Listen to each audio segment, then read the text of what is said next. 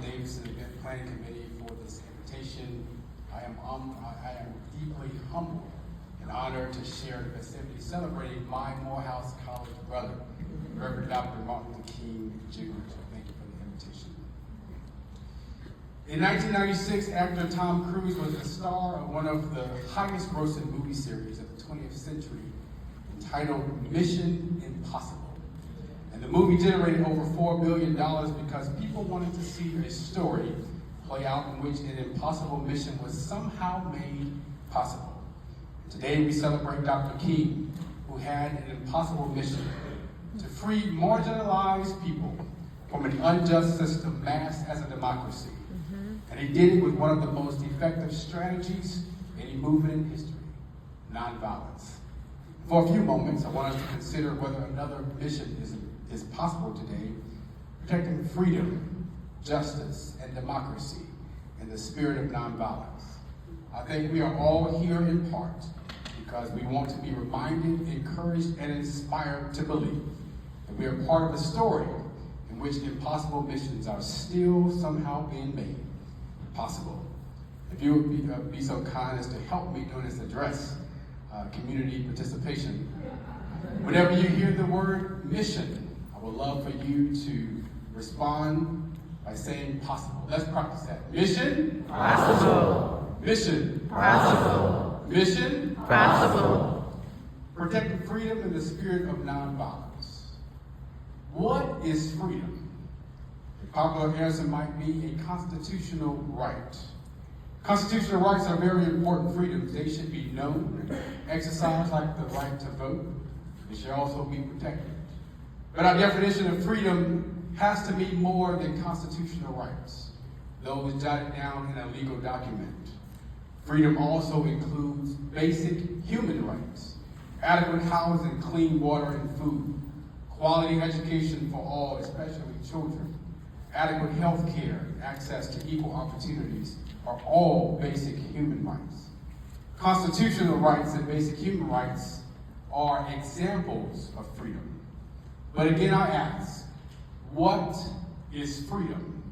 How can you tell someone has it or not? How do you know when you have it or don't?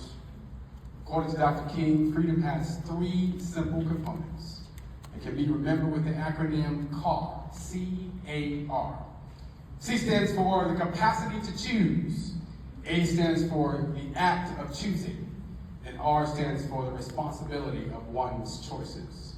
The first component, capacity to choose, means that you have choices, but you also have the necessary information about each choice.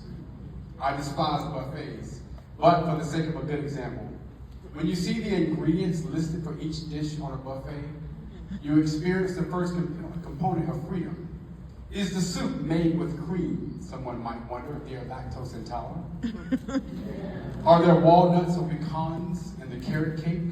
Because I would definitely visit the dessert bar, and my wife would want to bite, and she's allergic to nuts. Freedom means you have the capacity to choose because you have been equipped to choose. The second component of freedom, according to Dr. King, is the act of choosing. Freedom is something that you have to exercise. Freedom is a movement. If you don't move on a choice, component number 2 of freedom has not been satisfied. You can look at all the serving dishes on a buffet, but until you grab that serving spoon and put a sample on your plate, you have not chosen. Therefore, freedom has not been exercised. And the third component of freedom, according to Dr. King, is responsibility. Do you take responsibility for the consequences, the effects, the impact of your choices? If you don't take responsibility for your choices, you don't have freedom. You have a benefit. Benefits are not bad, but benefits are not freedom. If Dr. King were here to celebrate his 96th birthday, I believe he would challenge all of us to protect freedom in the spirit of nonviolence by investing in everyone's ability to have equal options, investing in everyone's ability to make informed decisions, investing in everyone's ability to be responsible for those decisions with the public good in mind, especially marginalized groups. Mission? Possible. Mission? Possible. Mission? Possible. Protecting justice in the spirit of nonviolence. What comes to mind when I say the word injustice? It might be a personal story, or something you saw in the news, or maybe you read about. But what is justice? Justice is a word that might be most understood through the lens of its opposite, injustice. Justice is the fairness regarding the way people are treated. From the earliest of years, people form a sense of what is fair and what is not. How many of you have ever heard someone younger or older declare, "That ain't fair"? Some of you heard it this morning. That ain't fair is a response uttered when someone feels they were not treated equally as someone else. And justice is the scale upon which we weigh the allegation of unfairness.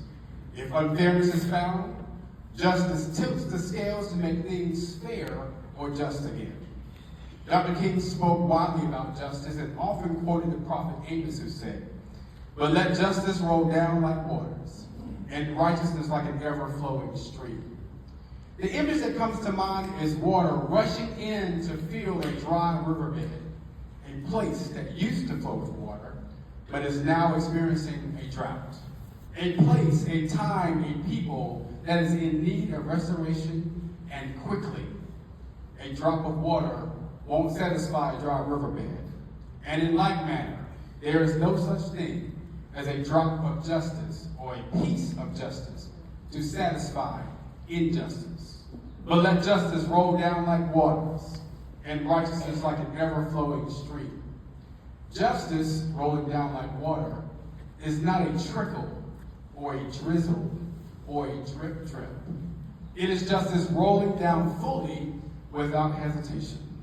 And to protect justice in the spirit of nonviolence, we must flood dry riverbeds, lifting the oppressed, standing with the innocent, walking alongside the vulnerable, praying for the disenfranchised, and caring for the sick. But Dr. King would challenge us in saying that protecting justice in the spirit of nonviolence also includes considering the well-being of the oppressors, those responsible for the riverbed becoming dry in the first place, because they too are God's beloved. Dr. King's religious tradition is referred to as loving your enemies. Dr. King preached over and over again that the true battle is not between individuals, but between the forces of justice and injustice. The forces of injustice create systems that divide and label and seldom give up voluntarily. We must together resist those systems and resist now. For as Dr. King said, justice too long delayed is justice denied. And I would just add, just us. See what I did there? A fair us too long delayed is a just us denied. Mission? Possible. Mission? Possible. Mission? Possible. Protecting democracy in the spirit of nonviolence. When is the last time you helped a middle or high school student with their homework? I know my sons are getting nervous now. It can be a humbling experience. These new methods of learning, especially in the areas of mathematics, are confusing, and it just ain't fair. This fall, I was helping one of our sons to study civics. We got to the term democracy. Well, none of the flashcards had the term democracy by itself. Democracy was always paired with another word. For example, direct democracy, or representative democracy, and so on and so forth. In theory, democracy is simple, but the practice of democracy can be a bit complicated, as is in the history of democracy in the United States. I believe if Dr. King were here to add to our civics education, he would add 2 additional flashcards, pairing different words with democracy. He would scribble down total democracy on one card and token democracy on another. And with his 5'7" frame now bent to 5'5" in his sunset years, Dr. King would teach us that a token democracy is a form of government in which some people are heard, some people vote, and some decisions are made in the best interest of some. He would contrast token democracy with total democracy, a form of government in which everybody can be heard equally and participate in voting equally. Then decisions are made by the majority in the best interest of the least among us. Achieving and protecting that total democracy in the spirit of nonviolence is a call and a choice for the idea of beloved community. Everyone say beloved community. Beloved community. Beloved community is doing good for others, especially when you expect no good in return. It's hating evil deeds, not people. It's refusing to kill, to harm, or humiliate with weapons, your position, privilege, or even your tongue. It's how President Jimmy Carter lived. Doing whatever you can, whenever you can, wherever you can, for whomever you can, for as long as you can. Mission? Possible. Mission? Possible. Mission? Possible. A short word about the spirit of nonviolence. Martin King never met Mahatma Gandhi, but learned a great deal from him. The most popular lesson being nonviolent resistance in response to evil.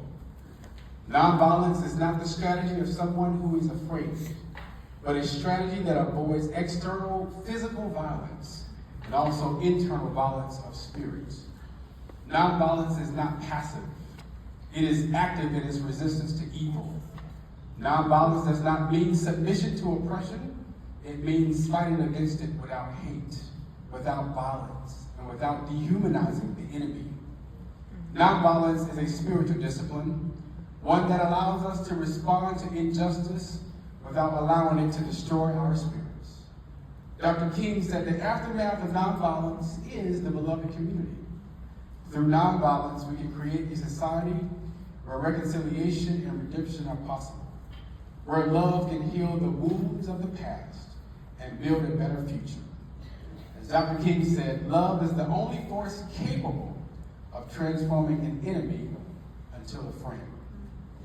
I'd like to end with a personal story, and it's about how I am trying to build and live into the idea of beloved community right here in the town of Davidson. And it has to do with my family tree, or family trees. I did not realize until recently that I have family members from my dad's side who lived and worked in Davidson. Professor Hillary Green, last year's King Day Keynote speaker, sent me information on a distant cousin named John Heath, who served as a custodian for decades at the college.